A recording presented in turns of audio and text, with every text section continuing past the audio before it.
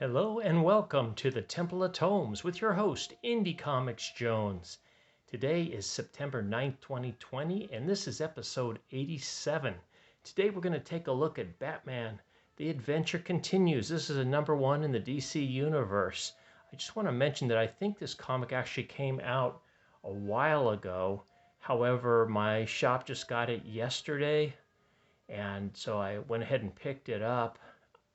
What's happening is with a lot of these shipments, they're coming in out of order, and they've been waiting on some for some time, and they come in now, and others that were they expected later came in earlier. So I know for the American Mythology series that I'm going through, that's also the case.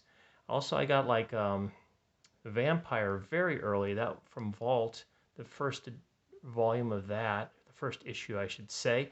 And that was special for that shop alone. They got it like a month early, like some kind of special pre-release. So that was something that's kind of just everything's kind of like out of order right now. I'm sure it will come back more into order as we go the upcoming months here, especially as DC shipping gets figured out completely. Okay, let's get into this real quick. Batman: The Adventure Continues. It's drawn in the style of the 90s animated series, if you can remember that or imagine that. I just want to go through who worked on this real quick. The name of this story is Hardware, and it's by Alan Burnett and Paul. Boy, I can't read that. I think it's Dini. Paul Dini. I believe they worked on the TV show as well. Ty Templeton was the artist, okay? Now, what I'm going to say about this comic, even though the characters are drawn like the animated series, what is missing here is the great music, the great movement of the characters, the swiftness, just the beauty of the cityscapes as well. Now, we get a pretty good image here on this cover. This is a really nice cover, very ominous with the way Batman's looking down at us, and just a very simple cityscape, but I think it really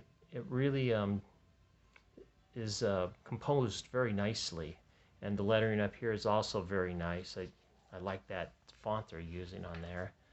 Okay, the complaint I have about this now is it's a very simple story, and as you can see, like even the backgrounds and everything is very, very simple. There's hardly any background detail or anything that kind of spots out. It's not as to me, it's not as intimate as some of the scenes from the animated, yet they're using the animated characters in here. He starts off, he's fighting Bane. So this is a very basic story, and then he is able to stop Bane, and then there's a giant robot coming through. This story is really basic and very much so for kids. I think younger children, I'm not so much certain an adult is going to enjoy it as much. It's a fun read. Don't get me wrong, but it's not going to be taxing on your mind. They introduce this character here. You don't really see him again till the very end.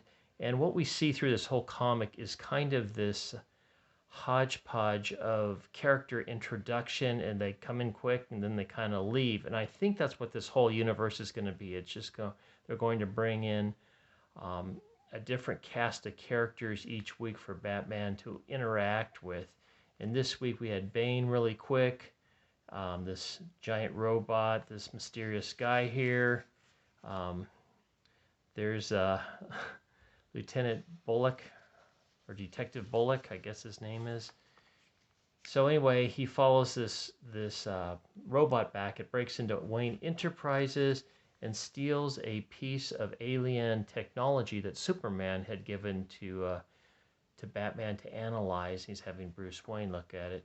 So I don't want to give it all away, but the robot walks back, and the robot looks a lot like the Iron Giant, if you remember that movie, which I think might have been a Warner Brothers movie as well. There's an ad for DC's Dead Planet. Been reading that. I don't know what issue they're advertising here, but issue 4 should be coming out shortly on that. It's been pretty good. So Batman continues to follow this giant. He battles it. He finds out it's indestructible. He wants to look into it more, and then they bring in another character. Alfred has says you can't go out looking for this. You've got a date with Veronica Vreeland, who is kind of a minor character. She's a socialite that I guess she's got the hots for Bruce, but he seems to not really care. Lex Luthor shows up, um, and he talks to Bruce, wants to talk to Bruce about something. They kind of don't really get it. Nothing's really resolved here. They're just kind of feeling each other out for information, basically. And we see some new stuff here. See, makes me think this comic came out a long time ago. They're advertising Batman number 92, and I think they're on Batman 97 now, or 98. So it's moved quite along. And this just hit my shop this week. So they're back in the Batcave. He's going to go ahead and track down the robot. He goes to a warehouse, finds it, and he finds out that Lex Luthor is indeed behind this whole giant robot thing. And Lex Luthor's wearing this exosuit. He's able to capture Batman rather easily. Joker War, okay. And but Batman tricks him, and he finds out that the alien technologies, he's trying to use it for his own good. He's got his batarang. He throws it and knocks out this Brainiac shell that Lex Luthor is trying to reincarnate.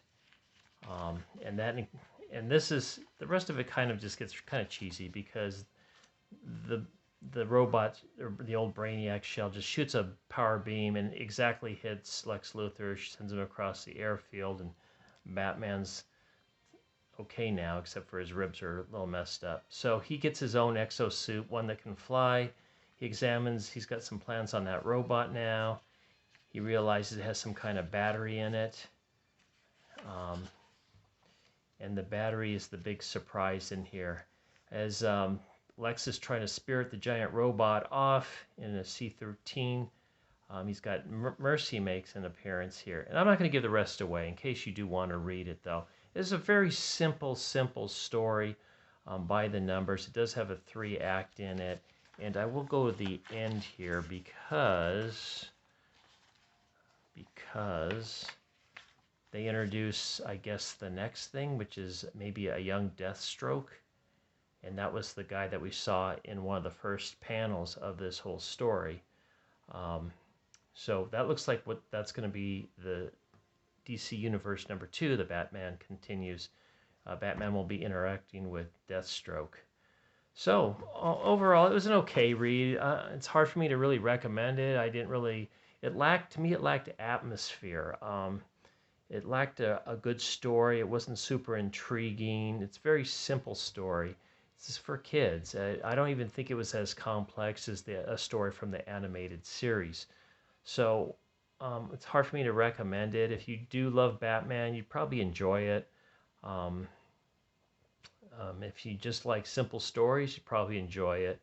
The art is okay. It's just not overwhelmingly great. I mean, it's capable. And it doesn't have the settings that, like this is the setting like we see here is not really prevalent throughout the whole story, which would have been more like the animated series. Plus, you don't have that great soundtrack, the music and everything backing up the story. So that's missing too. Otherwise, I'm kind of halfway in and halfway out. I don't think I'm going to continue with this one. So I'll be out on this one. So I think it's recommended for Batman fans only, or for children too. It's safe enough. There's nothing really bad in it or too mature, let's say. Okay. So thank you for stopping by. Please subscribe. Please like. Please leave comments. I appreciate it. I'll be doing Venom next. A number 1 of Venom. I'm not quite sure what that's all about. I did pick it up. So please stop by. You're always welcome. at the Temple of Tomes, the fastest growing comic book review channel on YouTube. And I can't really prove that, but it seems like it to me. Okay, you guys are great support. So thank you for stopping by the Temple of Tomes. This is Indie Comics Jones bidding you adieu.